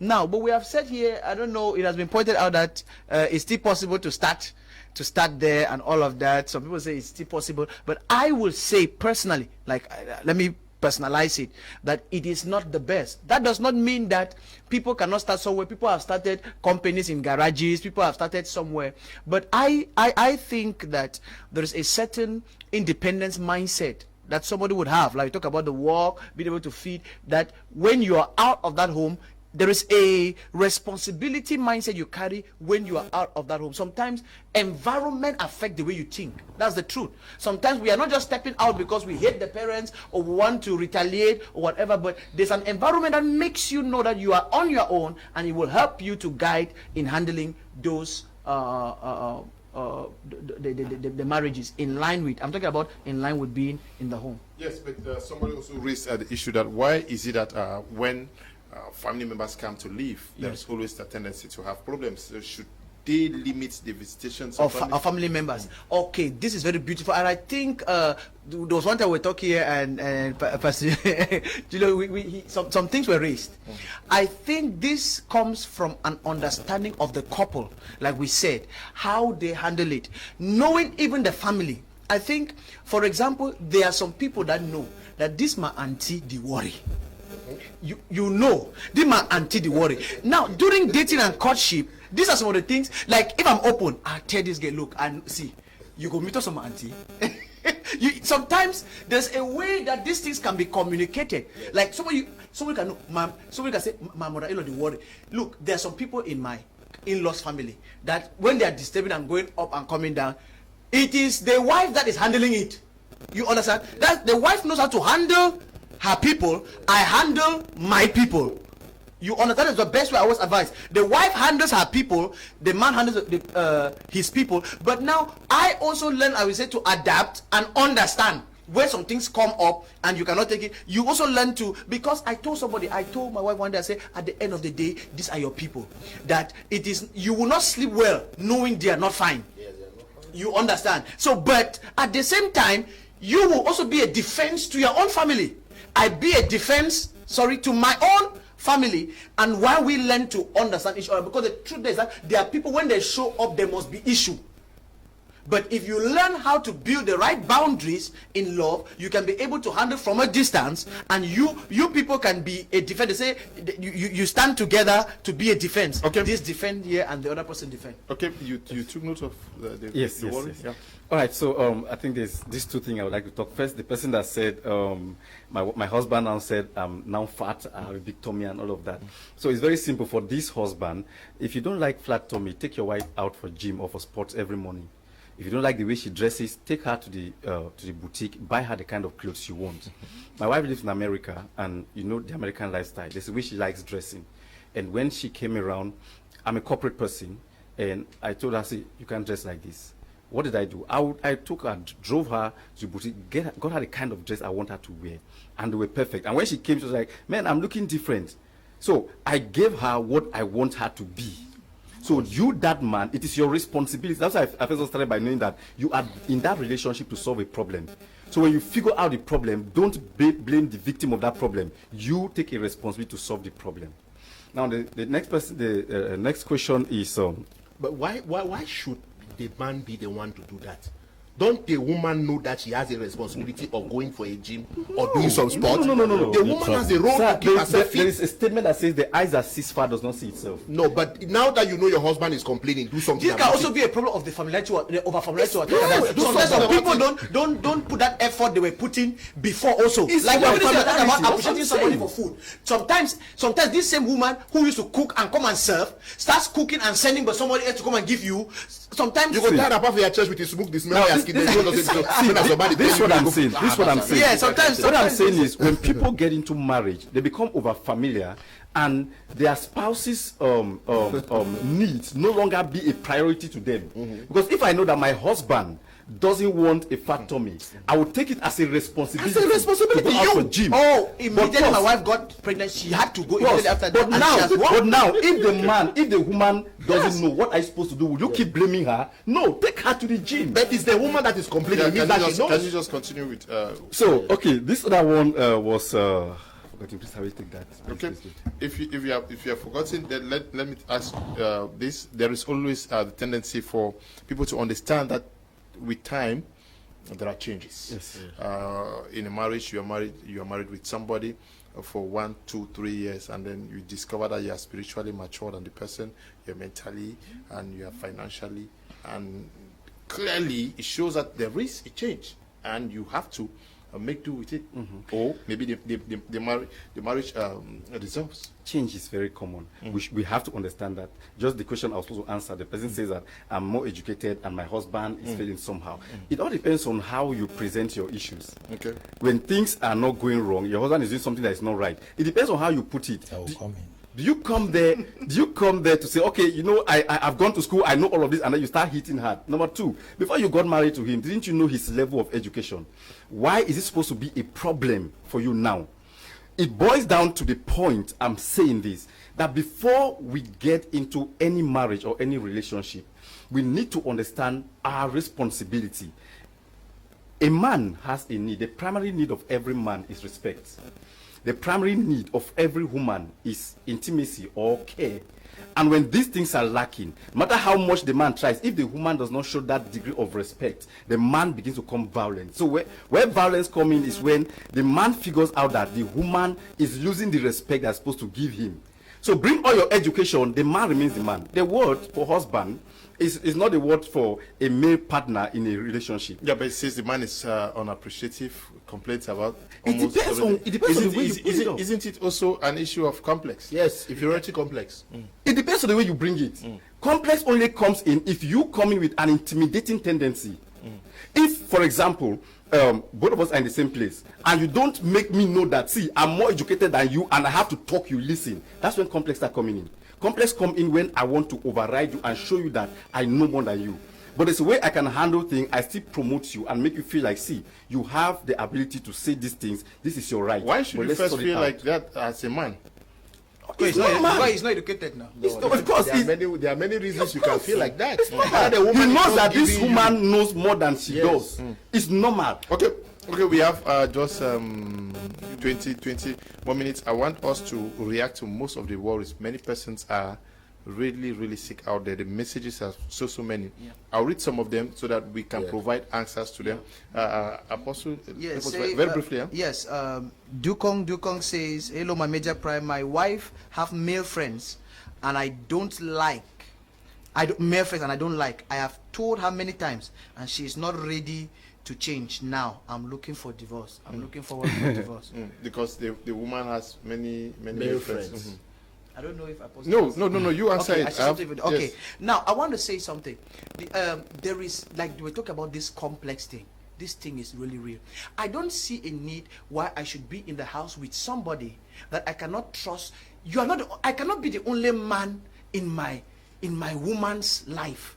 It does not make sense. I think sometimes these things come because we live. Maybe the people live in some very small, shallow world. When the world is so complex, now this is some of the problems. Now we have also already solved that. There's this social issue problem, social media problem. But I'm trying to look at it with the fact that women will connect with men. But I want to say this: every time a partner is not comfortable with somebody, it is always important to look to see that you have respect for what the person is saying. Unless the woman can give an explanation, and also that's why this kind of thing I don't easily want to jump, because what if the relationship are relevant? So if your wife now says, I don't want to sue me, Mr. Leo, you have to do the line now. No. That's why I said that. That's why I said I have a problem now when this relationship cannot be defined. But when they are defined, I think yes, no, it's true. There is no issue with definition. This thing is true. Some girls are like that. Some girls are like that. You just want to hurt your man for nothing. It's true. Those relationships are harmless. But let me tell you, from the time you decided to separate and get married to your man, it means you're telling yourself that you're separating yourself from all other men. That's what they always tell you to say: separating yourself from all other men and cleaving yourself to this. Now, when your wife or your husband start pointing at some people, say, please, this is it, shift away from that thing. Because they say when picking the cry, the points of a particular place, either papa and mommy, for day. Okay. Good evening to all of you. Good evening to all of you. I love the program, especially when Pastor Ambe is talking. Bless you. Janet from Douala. Good evening. I love the program. A man can't marry while in their house. It depends. I agree with Pastor Ambe. Janet is writing from Douala. Mr. Som. Me start complaining about their women when they start seeing other women. This is Ellen writing from Kumbo. No. So you, okay. Good evening, Mr. Liu. I deeply enjoy your panel. They are so real and natural. I'm greatly being inspired. Thanks, Mr. Abraham Ekukole, writing from Bonaberry. Hi, Mr. Liu. I have been a silent listener. Your Tuesday programs is very interesting. I appreciate you and your panelists. It's Henriette writing from New Layout, Bamenda. Good evening to you, Henriette. Good evening, Mr. Liu. I love your program. It has relieved me. Thank you very much. Amazing program, Mr. Liu, and amazing panelists. It's always awesome whenever I stay glued to my TV. I am always blessed with the teachings from these amazing men of God, especially the love doctor, Apostle Lefor Divine. I always learn something new from you, sir. Thanks, Stephanie Ngum, writing from Moliko. Good evening, Mr. Liu, and to all in the panel. I love your program. It's Cam Honorin, writing from Boya. Good evening, sir. If you can't be a mother to your husband, then you can't be a mother to your kids. He needs to take the wife to the gym and encourage her, okay? Good evening, Mr. Liu. What if your husband stays a lot on you? What should I do? Isabel writing from Douala.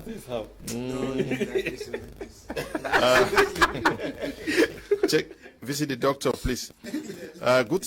Greetings, I'm Sandra from Boya. My partner doesn't do things right and he hates being corrected and on the part of giving it's one-sided, so I don't know what to do. Anyway, thanks a lot for this program. It's very helpful. Sandra writing from Boya, good evening to you. Oops. Good evening, Mr. Liu. Loving the program today. My regards to the wonderful men of God in the studio. Please don't forget to discuss on men who refuse to set up a business for their wives, yet calls them lazy, or married men who get married to career women and expect the women to stop working and concentrate on the home, and in the end calls the women lazy for not doing anything. Secondly, I think another marital killer is gossiping, especially from women who stay home doing nothing. Anne is writing from Kumba. Good evening to you, Anne. Good evening, Mr. Liu. Your program is good. Greetings to Apostle Essingie. Belinda writing from Limbe. Good evening, Mr. Liu, and everyone in the studio. I'm blessed to have watched your program this day. This is exactly what I'm going through in my home, but I know God will see me through. Sunita is writing from Garua. Good evening, Mr. Liu. Your program is interesting. I'm Mary writing from Fundong. Good evening, Mr. Liu, and to the men of God in the studio. I'm enjoying your program. This is Joseph writing from Bafoot. Greetings. My contribution is a question. What about these rich families where probably the husband's father might have built many houses in the family compound and the boy is supposed to stay there with the wife together with other family members. Samuel Tita is writing from Buya. Solange from Bafusam says, good evening, Mr. Lu. I love your program. I don't think my husband loves me because anything I do, he don't seem to see it. He keeps complaining that I don't have a job. Okay? It should help you find one. Good evening to you in the house. More grace. I'm learning and I wish you bring back the topic as soon as possible. I'm Gala writing from Mutengen. Good evening, Mr. Leo. I'm Brenda from Limbe. I love your program. Please, I want to know the days of this program. Every day from 7 p.m. Monday to Friday. But no, tomorrow you can follow the broadcast 1 p.m. Good evening, Mr. Leo, Apostle Ambe, and the rest in the house. I think a good wife or husband is that person to whom without an out of shame they both can reveal their darkest faults. Okay. I want to read this one. Apostle Ambe, you react to this. Good evening, Mr. Kum. And panelists, it seems as if this topic pertains only to marriage in Cameroon. Nothing of what is said is close to the ones I see in the diaspora. Some of us are learning for the first time about marriage. We don't even see each other here to practice marriage. Okay, I'm sure you have some people in the diaspora who also share their experience. This one is coming from somebody in the US. They say they hardly see each other, so they may not even have the time to practice what we are saying here. Yeah, you know, we talk marriage according to the African context here. We believe that husband and wife have to stay in the same house. Either the man is taking care of the children or the woman is taking care of the children. But in an advanced world like Europe and America, where both parties are working, they only come meet in the evening and then go out, and then probably the children in the hands of house helps or other family members. It's very, very complicated. It's very, very complicated because I think that there are fundamental principles in every marriage that is universal. You can be away distant-wise, but you should not be away in communication. A man may be working in Texas, the wife is working in let's say, Maryland. That bond, because what separates people in a relationship is not the absence of sex, that's not communication. Because sex is a byproduct of communication. If there's communication, then sex will eventually manifest. Yeah, because Jackie watching from Yaoundé is asking a question: does a couple have to have sex often to be happy? Medically speaking, you are supposed to have sex at least 27 times a month as a man to escape prostate cancer. 27 times a month? 27 ejaculations per month to escape prostate cancer. How do you laugh like that? Yes. A research was done in England, and medics told people that men should go about sleeping around. That in order to escape prostate cancer, you should sleep around and have at least 27 ejaculations per month. Number two, internally speaking, in terms of bonding, when sex is frequent, it keeps a healthy home. Every opportunity you have to make sex with your wife or to have sex with your wife, you're supposed to have it. There should not be a particular protocol, because some women are too protocol-like. We must go in the room, climb on the bed, love the light. Those protocols are very complicated because sex is something that is spontaneous. You can meet her stirring food in the kitchen and it starts from there. That's relationship. Because these things are urges, and once they come on you, you just pounce on the other partner based on who you have been living with both parties for years. That's the truth. If you try to set it up that you will wait till 7 o'clock in the evening when all the kids are asleep, that thing will die. And sometimes you can get exhausted that when the time comes, you are not even able to do it. A man can get dressed in the morning and the wife is giving you a cup of coffee and you pick her from there. Yes. You may come back home for break to pick a document from the house, and then suddenly you catch her on the chair, the parlor, the sofa. That's where the phone is. That's where the fun is. It's not this issue of some mommy and papa system. You go with the document, you are smiling. You are smiling with the document. Now, there are also some traditional mindset when it comes to sex that will call mommy and papa style. The styles also matter when it comes to sex. To keep it, I mean, very, very romantic. There should not be a particular protocol when it comes to sex and when in relationships. So as often as you have it, the more bonded two of you become. As a matter of fact, one of the things that keeps sex away is conflict. And one of the things that quenches the fire in relationship is sex. When a man is hot and a woman begins to massage your nerves and then lick your ear, very soon all the anger will die away.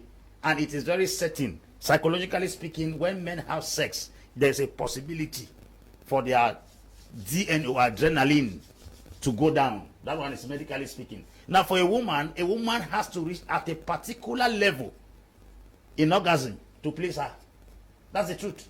Men can get it in 2 minutes, 2 seconds, 3 minutes, 5 minutes, they get it. But a woman, you have to drive her to a place. And once you hit that target, you see her smiling. So, sex is very essential, sister, for your information. Just get that Jackie. Man. Yes, Jackie, just get that man sexed all the time. Just get him in the bathroom. Just get him in the sofa. Just get him in the kitchen. Just get him. This lady said that the husband is staying so much on her. That kind of a thing. Well, that's how your husband is. Just try to get a style that you're more comfortable. One comedian said a lady came to. But it may also be an issue, a health issue. No, it's not necessarily a health issue. Some men are stronger. Some men have trained their minds, like these men that are like sex prostitutes. They are men like that. They say man a shower. They have trained themselves to last on a woman for many more hours. That they can sleep with 20 women in one evening. That's their training. They have trained their mind, they have trained their system on how to be like that. And then most of these guys, especially when they've had some relationship before they finally got married, that's how they are stronger, because they have learned that to satisfy a woman, you have to be patient with a woman until she gets to that. But unfortunately, not every woman is excited about sex. So when you begin to stay too much, you cause a lot of problems. So what you do is look for a position that does not necessarily must be on her.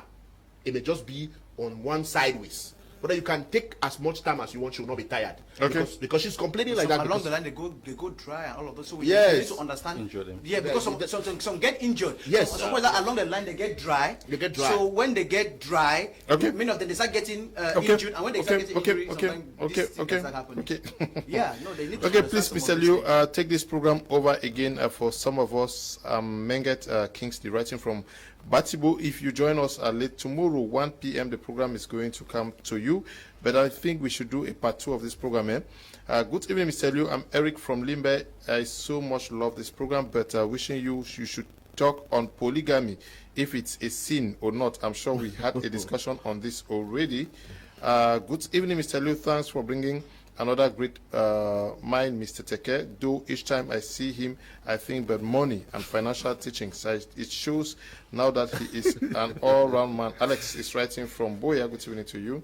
Good evening, all in the house. I love your program. More effort. Thank you very much. My media prime is just the best. Good evening to you in the studio. Can a girl keep male friends and succeed in a relationship or marriage? Terence writing from Mutengene. Good evening to all the panelists. I'm Edwards, and I'm glad to receive words of wisdom from Limbe.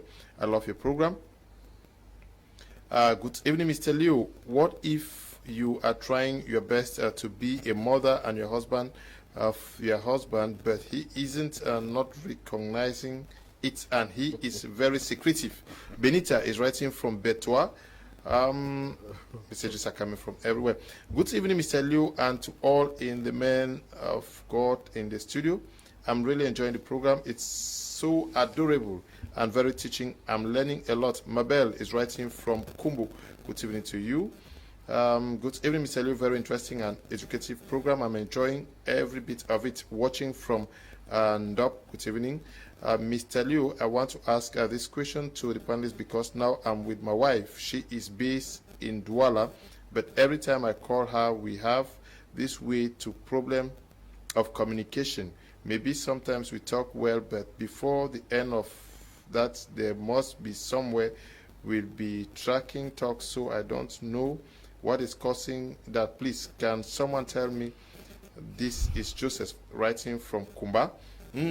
Problem of communication. I don't know who somebody can help. Brother Joseph, let me answer you. It depends on what both of you are talking, because there is no reaction until there's an action. You can begin the discussion very well, and sometimes you become too inquisitive. Where were you today? Where did you go to? Who is that person I'm seeing close to you? You start giving prophecies that do not exist. When you start making a woman become uncomfortable and making her feel as if they are distant away from you, she must be doing something fishy, because there are a lot of men who have complex. If you're in Kumba, your wife is in Douala, the first thought in your mind will be thinking that probably she's with somebody. If you have such tendencies and you throw it in the course of discussion, you will ignite flame. Make sure you communicate with her and find her well-being and try to encourage her where she is. If she's doing anything fishy or stupid, it will come to you. You are not going to be using your communication means as a means to hurt, because people don't react negatively except you say some things that hurt them. If you're that kind of man that normally takes communication to provoke a woman, then please, women are always going to give you ×4 of what you give them. If you sow a seed, they will give you a tree.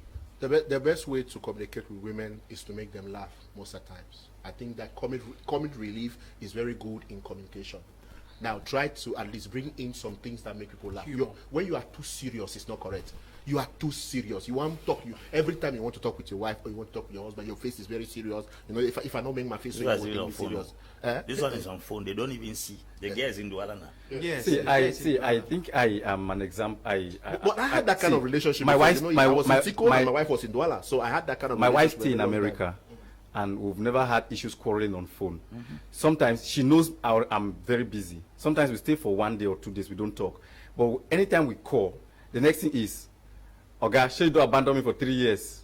Then we start talking, and then all of us start laughing, and I call her babe, and then that's how we start talking. Then we start talking business, start asking, okay, how is your studies going, and all of that. And that's how we talk until we are done. Nobody say, why didn't you call me? Who came to the house, and all of that. So I think it boils down first with, who do you really think you are married to? Because I can't sit down and start thinking that my wife is with someone else in America, or she sit and start thinking that I'm with someone else in Cameroon. If by the time that kind of thoughts start getting in, your communication will always become very tense. That's why I call it functional. It means you should be able to trust who you have, and then when you're communicating, the communication should be smooth. Leave all these suspicious things that you do. Because even if you suspect, the system I always tell people, I said, it's only what God keeps that is kept. So that thing you are talking like that is you're not talking human life. The reality of life is that people will suspect whether you like it or not. Because you'll be fine man. You'll be fine man. You cannot be talking to women all the time and you think that your woman will just be thinking that no, my husband is a clean man and this kind of thing. No, women suspect, but you're the one to give them confidence. But that's to tell them that no, that's what you are thinking about. It's not the thing. That is why we have to train people on how to manage their mind. Because it is natural for thoughts to come into your mind. But how do you manage it? Does it mean that everything that comes into your mind, you have to release it? No. You have to manage your mind and kick away the negative thoughts so your relationship and your communication can be in positive direction. If they are suspecting, I think we need to have a whole discussion on talk about long-distance relationship, because this is a whole thing. It's a serious thing. It has to do with the mind. Let's not downplay this long-distance relationship. No, he's not just he. Now one person this. There are a lot of people that are into things like this. It's the mind. It's a mindset. Like Apostle said, it's a mindset. If you have the negative thought that your wife is cheating, truth be told, your wife will cheat. If the thought overtakes your mind, your wife will cheat. It's a thought. And every thought that predominates your mind becomes your life reality. Yeah, his wife is in America. My wife is in Canada. So we are in the same shoes. Okay. I think it's just, it has to do with trust. Trust. It's trust. If you don't trust, no, you don't need to go to America and Canada. Just here like this. I see my wife in the night. I'll go back and see her, but she'll come back in the night. And then she leaves in the morning. Yes. We are still in Cameroon. It happens in Cameroon. Yeah, so when she goes to work, do you know where I go to? Or maybe she goes to work that she's going to do on the break. Do I know where she goes to? Imagine she comes back and starts suspecting you. How would you feel? Yeah, okay. Good evening, Mr. Liu. I'm Mary writing. Draining the energy of the marriage. Good evening, Mr. Liu. I'm Mary writing from Bamboo. I love the program of today. It's very educative. Okay, if it is the Bamboo that I know, you greet Mr. John, Mami Mboti, you greet Mami Laughlin, you greet Augustine and everybody out there in Bamboo. One day I'm going to come visiting.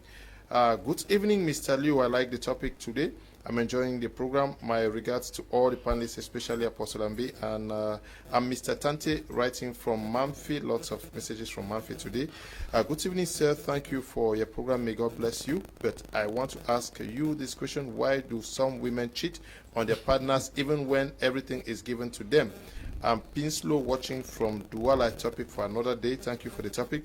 Good evening, Mr. Liu. Thanks for bringing up this program. Like your colleague just said, sex is very essential in marital and in relationships, but many people in our society don't know. Thanks for that, Apostle Ambe. Abdullahi Mba, writing from Batibo. Abdullahi, don't kill her today, please. Yes. It should be done responsibly. Good evening, Mr. Liu and crew. Some men do abuse their wives as prostitutes cause they date other women. This happens when your wife is a career woman. They think the wives are cheats, like you just said, and cheats, whereas it's not like that. At times, they beat their wives. It's in this case, what should the women do? Oh, this is an interesting program. Pastor and Mr. Liu, God bless you. Okay, thank you too. God bless you. Good evening. Mr. Kum and the entire panelists, having sex 27 times a month may not only be a blessing, it will lead to too much loss of calories, which may cause a reduction of a lifespan. Soon a writing from Douala. We are talking from a layman's point of view. Good evening, sir. I'm really blessed by this program. Though not married, it prepares me already. Goodness be. Writing from Yaoundé. Good evening, Mr. Liu. I'm very happy for the teachings today, most especially about the orgasm. That is what keeps two together. I don't know I will keep my marriage because my husband is the only man that drives me to orgasm. Nicoline, writing from Bafoussam. She's lucky. Okay. Yes, but when she says he's the only man, it means she tasted other people now. Yes, Eric, it's true. Eric, writing from Limbe again, please, if you want talk about polygamy. Oops. It's difficult to read the messages. They are just coming. We have to end here. I think we should do a part 2 of this program. Yes. Do we take a rendezvous? Because there's some silent killers like gossip and lies, gossip, idleness, some kind of things. Mr. Kum has not finished his own paper. Yes, I've not finished what I prepared. Yeah, so I think next week, Tuesday, we are going to continue with this topic, part 2 of this topic. Yes. I want to say thank you to you, Apostle, for coming. Thank you very much, Mr. Liu. It was a wonderful time with the panelists, and then greetings to you out there. Always tuned to this particular station. You'll get a lot from us. Apostle Ambe, thank you for coming. Always a joy to be here. God bless you, Cameroonians. Thank you, Apostle. Yes, it's really an honor, and I'm so blessed.